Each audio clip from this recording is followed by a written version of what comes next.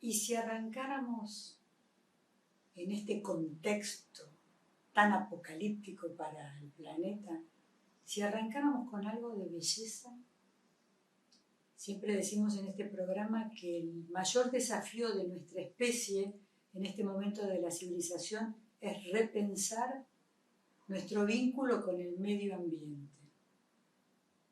Un ejemplo es lo que se puede ver en este momento en Buenos Aires, en el jardín japonés. Los cerezos florecidos, aunque no es primavera. En todas las partes del mundo en que hay cerezos, por ejemplo en la ciudad de Washington, que hay 30 cuadras de cerezos que florecen al comienzo de la primavera, es decir, en marzo para ellos. Bueno, acá, sorprendentemente, ahora, en julio. Fueron el regalo de cuando el emperador Hirohito y su esposa, la princesa Michiko, visitaron la Argentina en 1967. Cada año florecen para esta época. Duran muy poco. Este fenómeno se llama sakura porque alude a lo breve que es la felicidad, a lo efímera que es la felicidad, a lo efímera que es nuestra vida. El jardín japonés, que es el jardín más grande del mundo fuera de Japón, recibió la distinción de bien de interés histórico, artístico, nacional. Lo sorprendente de la flor del cerezo es que cae antes de marchitarse.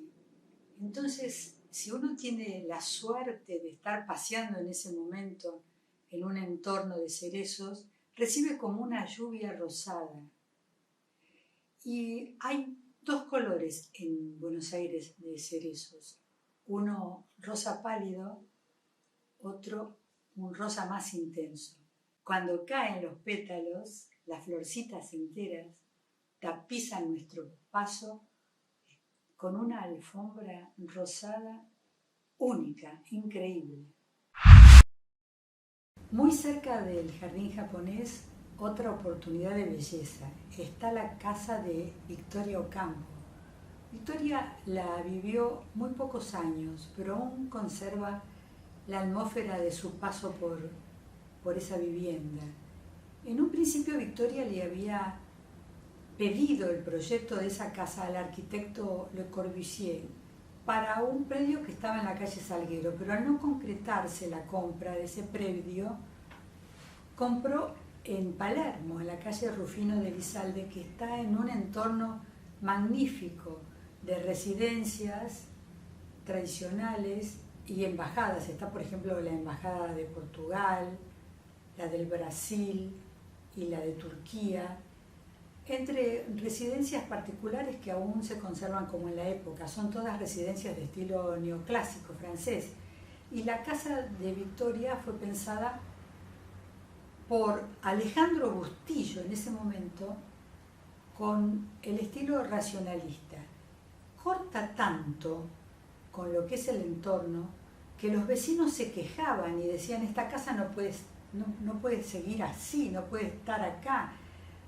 Muy criticada, muy resistida, y no sé si ese habrá sido el motivo, pero Victoria finalmente se fue a San Isidro.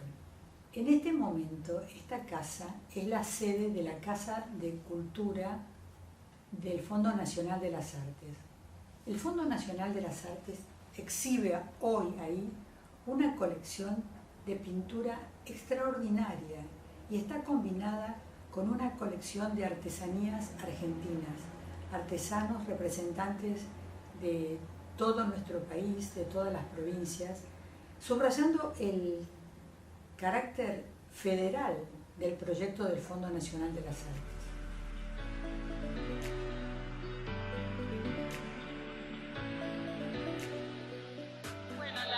El Fondo Nacional de las Artes tiene una extensa colección de artes visuales, pero también de artesanía. Y entonces nos pareció que por primera vez en su historia, en la historia de esta colección, era una buena idea fusionarlas, no fusionarlas, pero sí cruzarlas.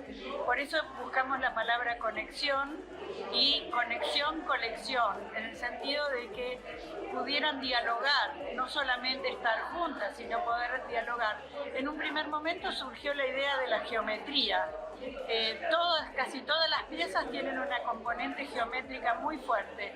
Y si miramos las piezas de artesanía, también vamos a darnos cuenta que tienen una impronta en cuya geometría tiene una marca muy interesante desde el punto de vista de lo lineal. Es por eso que las obras que elegimos para la parte de visuales son obras lineales, geométricas, donde además hay color, y ese color dialoga con algunas piezas de artesanía, como pueden ser los tapices, pero buscamos piezas de visuales que tuvieran un tono más monocromático para la parte de cestería. Entonces ahí fuimos armando estos cruces, estos diálogos y estos ensambles que tienen que ver con poner en valor lo que nosotros tenemos, pero que el público también seguramente tiene derecho a conocer, a saber y a observar.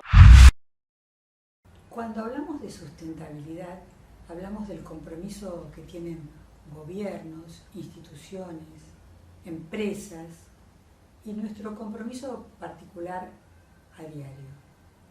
Ahora nos vamos a poner en contacto con Daniel Herrero de la empresa Toyota para que cuente qué es la sustentabilidad para Toyota. Daniel, ¿qué es para Toyota la sustentabilidad? Mirá, ahí nosotros creemos que la sustentabilidad de una compañía tiene que ser desde el punto de vista económico, desde el punto de vista ambiental y desde el punto de vista social. Entonces, para poder ser exitoso como compañía, uno tiene que crecer de manera equilibrada y amigable con las comunidades en donde uno interactúa. Creo que esa es la definición mejor de lo que creemos sustentable. Sí. Y por eso, dentro de ese proyecto, nosotros hemos encarado una compañía que el 80% de lo que fabrica lo exporta, porque con eso podemos garantizar que nunca en los 25 años suspendimos o despedimos gente por causas económicas, y podemos encarar con esos resultados los proyectos desde el punto de vista ambiental o social con las comunidades en donde interactuamos. Y cuando digo comunidad no es solamente de la planta de Zárate, sino de nuestros proveedores o nuestros concesionarios. Tienen un programa educativo y un programa de asistencia a comunidades desfavorecidas, por lo menos. ¿Me los comentarías? Sí, cómo no. Nosotros, por ejemplo, el símbolo de lo que es el apoyo a la educación fue cuando hicimos el programa Educate para el Cambio, en donde nosotros, junto con el sindicato, tomamos 100 chicos que hubiesen abandonado el secundario en condiciones de vulnerabilidad social, y nosotros les pagamos un salario mínimo durante un año. El sindicato les dio la obra social durante ese año, con el solo objeto de que estudien y con un programa especial del gobierno terminar el secundario. De esos 100 chicos después del año, lamentablemente 4 no pudieron terminar por temas de drogas que no pudimos llegar a solucionar. En varios casos sí lo pudimos solucionar, y los otros 92 están trabajando y 4 están estudiando con una beca de la Universidad de El Salvador. Sí, eso se replica año a año. Claro, la idea es hacerlo año a año. La pandemia nos complicó un poquito, ahora estamos de vuelta encarando el proyecto, y siempre hacerlo en distintas localidades y en la medida de lo posible con la ayuda de nuestros concesionarios o nuestros proveedores, de manera de diseminar el ejemplo y que pueda cada vez tomar mayor volumen, ¿no? Quería subrayar esto que contás, que es sindicato, compañía y gobierno. ¿Cómo se consigue esa armonía? Es que creo que ese es el gran punto que necesita la Argentina, ¿no? El dialogar y buscar los consensos, o como decimos, es ceder para crecer. Uno tiene que entender que para poder llevar adelante algo tiene que poner en claro el objetivo y poner el consenso, entendiendo con empatía qué es lo que el otro necesita. si uno ve el futuro de la Argentina, tiene posibilidades de crecer, pero para ese futuro necesitamos gente que tenga educación, y eso es lo que en ese sentido estamos trabajando y muy, muy fuerte, ¿no? Sí, y después diste unos ejemplos en el recorrido de lo que es la planta, que hubo una cosa muy conmovedora de un niñito que expresó en ese recorrido. No, bueno, hay algunas que son bastante cómicas porque creen que nosotros venimos de un plato volador, no sé si a eso te referís, ¿no?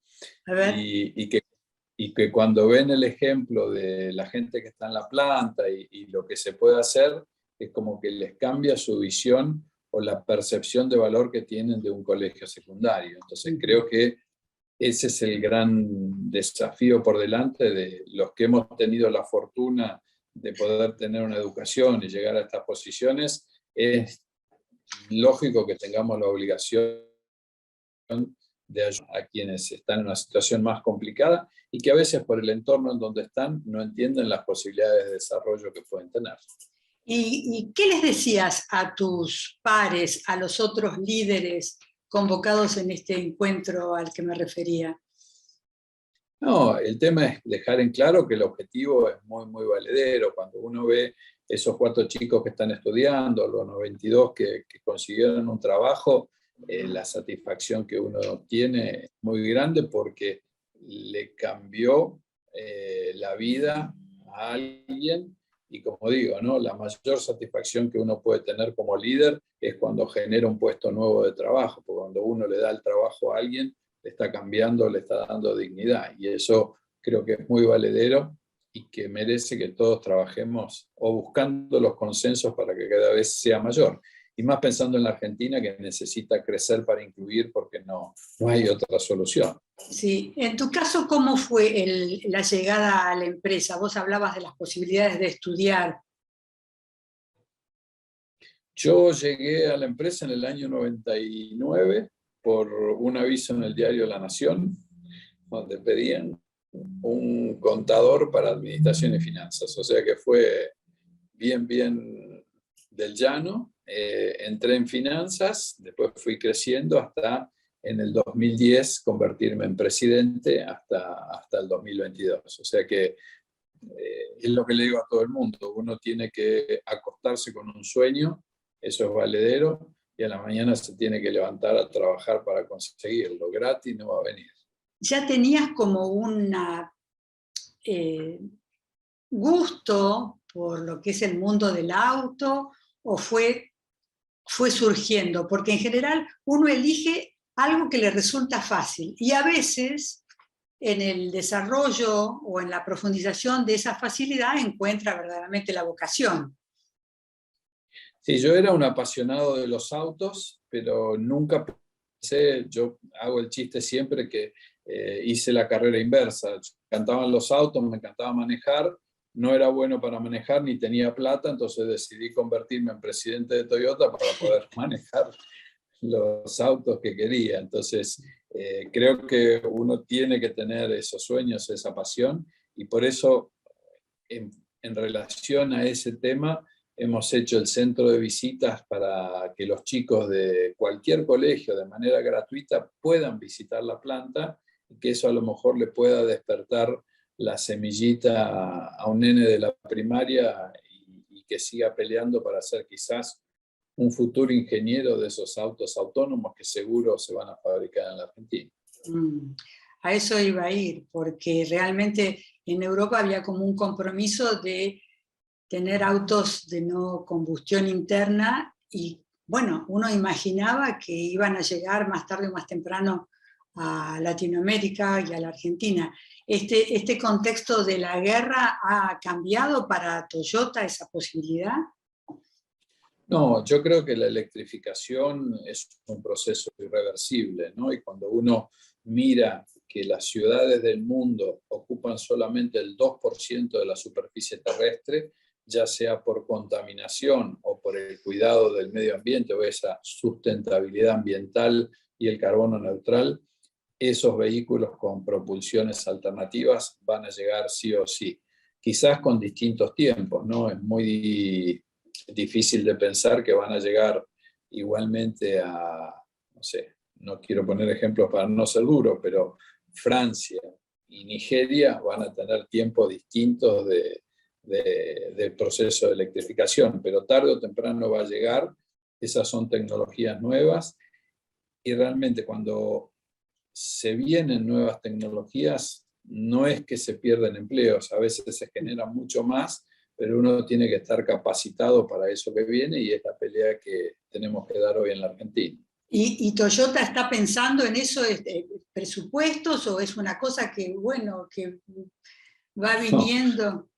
No, Sí. no, para tener una idea, Toyota a nivel mundial tiene 30.000 ingenieros trabajando en cosas que no están en producción. Uh-huh. Eso es para tener una idea de cómo vemos el futuro. La idea es evolucionar y va a ser mucho más rápido de lo que todos pensamos. Qué bueno, qué bueno. Estas tecnologías también van a ser para los autos sub, para los autos urbanos. Ustedes son realmente poderosos y muy pujantes en esa línea de automóviles. También Totalmente. esos... Todas las tecnologías van a ser aplicadas a todos los autos. Y de hecho hay ejemplos concretos.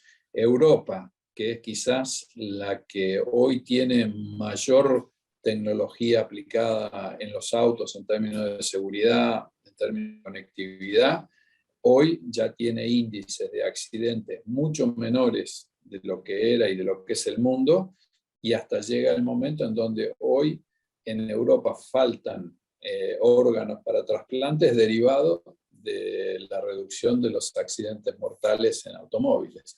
Entonces creo que esa evolución es muy rápida y tiene que tarde o temprano llegar a todo el mundo, ¿no? Desde la empresa estarán siempre mirando qué seguridad puede brindar el vehículo, imagino.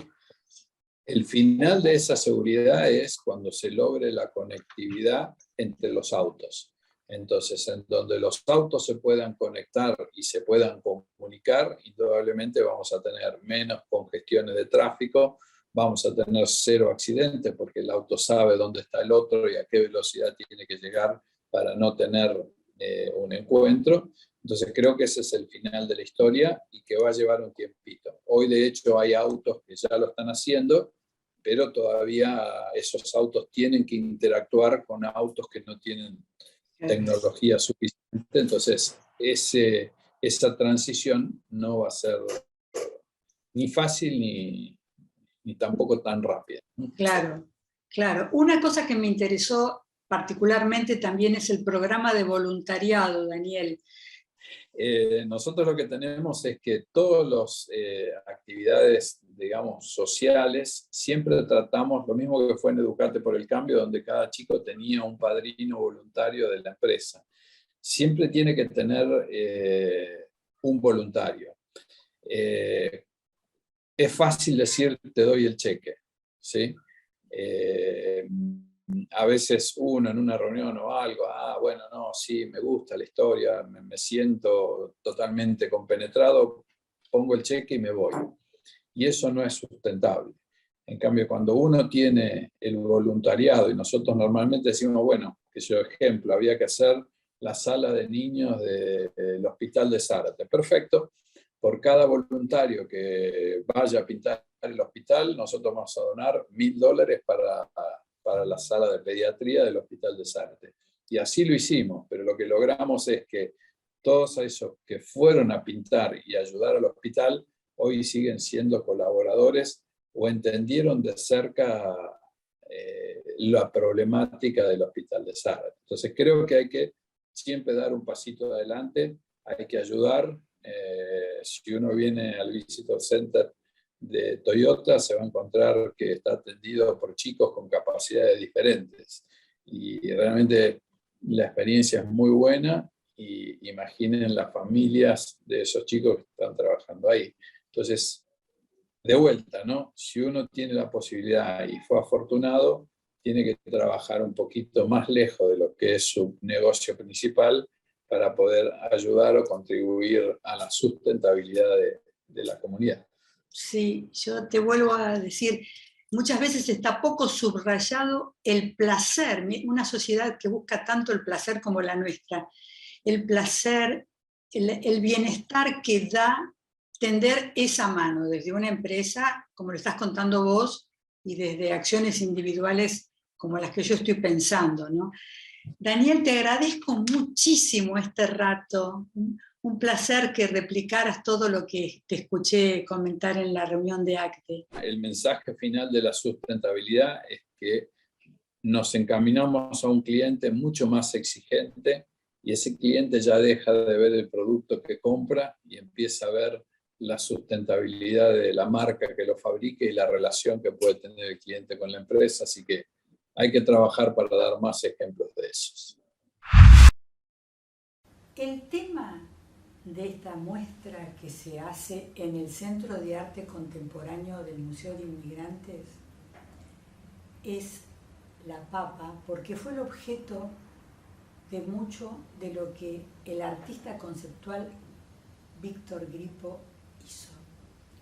Sobre una idea de la hija de Víctor Grippo, Paulina Vera, con la curaduría de Diana Weschler y Florencia Batiste, hicieron una instalación que se llama Preexistencias. Lo que todo el mundo quiere ver de Víctor forma parte del hacer cotidiano de Víctor, no es como una idea estrambótica que saca y dice, bueno, voy a trabajar sobre esto, sino que todos los días construía su pensamiento, su vida, su quehacer de dibujo y todo, sostenida siempre como un poco en la misma idea de la transformación, del trabajo. Y me parecía que era como interesante poder hacer ese recorrido diario que yo hacía a diario, que era verlo trabajar, verlo cocinar, verlo conversar, sentarme con él todos los días, que después cuando veía su obra me parecía lo lógico. Ese Víctor que yo conocía todos los días, era lógico que su obra fuera esta, y me parecía que era interesante poder mostrar como lo genuino que tenía su trabajo. Si bien Víctor Grippo es un artista que tiene presencia en colecciones internacionales y tiene la capacidad de ser leído desde muchos lugares, su obra tiene una inscripción latinoamericana muy fuerte, entonces eso me parece que es un plus dentro de su trabajo y de sus propósitos, no es que es un añadido interpretativo, sino que forma parte de sus propósitos, que me parece bien interesante. De hecho, todo este elogio de la papa viene a cuento de que la papa es un alimento de origen americano y que América, a través de la conquista, etcétera, difundió al mundo, y que, como decía Víctor Grippo, y es una de las frases que cierra el recorrido de la muestra, no existe un día sin papa, con lo cual, bueno, el lugar del arte para Víctor Grippo es el de revelar aquellos aspectos que están silenciados en la realidad. Todos los objetos de la casa taller donde Víctor Grippo realizó su obra se pueden visitar, están en una recorrida magistralmente puesta. Los libros que frecuentaba en la época de estas obras, cuando Paulina Vera era chiquita, objetos del taller, objetos de su vida cotidiana y cuadros, y toda una instalación respecto de esto que les decía, la papa, como metáfora de lo que es la alimentación. En este momento, la idea de la comida está resignificada, aunque Grippo es como si hubiese tenido una mirada anticipatoria. Comer, bueno, sigue siendo imprescindible, pero en 1972 Víctor Grippo instaló en la Plaza Roberto Arlt un horno para hacer pan, pero como en ese momento estaban prohibidas las reuniones, se consideró que ese horno era una manifestación política. Al gobierno de Lanusse no le gustó y lo tuvieron que sacar. Una réplica de ese horno también se puede ver en el Museo de Inmigrantes, en el Centro de Arte Contemporáneo. Víctor Grippo, que él mismo era hijo de inmigrantes, hijo de un herrero, y al principio de su trabajo fue orfebre y finalmente realizó toda su carrera como artista conceptual. El trabajo es lo único que aleja de la muerte, le dijo a su hija al volver del entierro de su madre cuando se puso a lijar unas cajas. Una de amor en la Fundación Proa, en La Boca, que es un paseo que me parece que recorren más los turistas que los que vivimos en esta ciudad. En este momento, una muestra de la pareja que constituyeron Cristo y Jean-Claude. Cristo era un inmigrante búlgaro que recaló en París y tuvo distintos oficios hasta que empezó a visualizar una obra monumental que es como la que hizo. Se casó con Jean-Claude, que pertenecía a una familia muy poderosa del momento, y eso realmente, aunque vivían en un departamento mínimo, lo sostuvo como para desarrollar la carrera que hizo después, ¿no? Digo monumental y de amor, porque lo que más lo representa a este artista es haber envuelto monumentos célebres, monumentos que todos conocemos, por ejemplo, el Arco de Triunfo, envuelto en metros y metros de género. ¿A quién se le puede ocurrir semejante cosa? Bueno, a él, que vivía en un departamento diminuto, pensó en esa manera de apropiarse del espacio. En la muestra de la Fundación Proa vemos de qué manera realizaba estos envoltorios para distintos edificios. Eran días de trabajo, mucha gente convocada para hacer esta obra, metros y metros de género, y a veces se convertían en lo que tal vez podríamos llamar hoy arte efímero, porque un gran telón, como un maravilloso puente de género, duró apenas 28 horas porque el viento lo derribó. Nos encontramos para el próximo Línea Privada, buscando otra vez la belleza, la esperanza de un mundo más sustentable.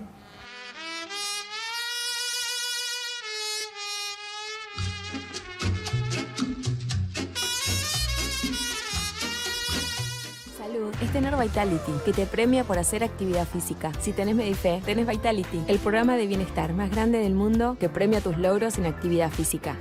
Estaba oscuro, en una estación de servicio en medio de la nada. Redondeo en 4.000. Su mano se dirigió a la billetera. No estaba ahí. Decime que tenía la app Galicia para pagar escaneando cualquier QR. Afortunadamente recordó que se había bajado la app Galicia en el celular.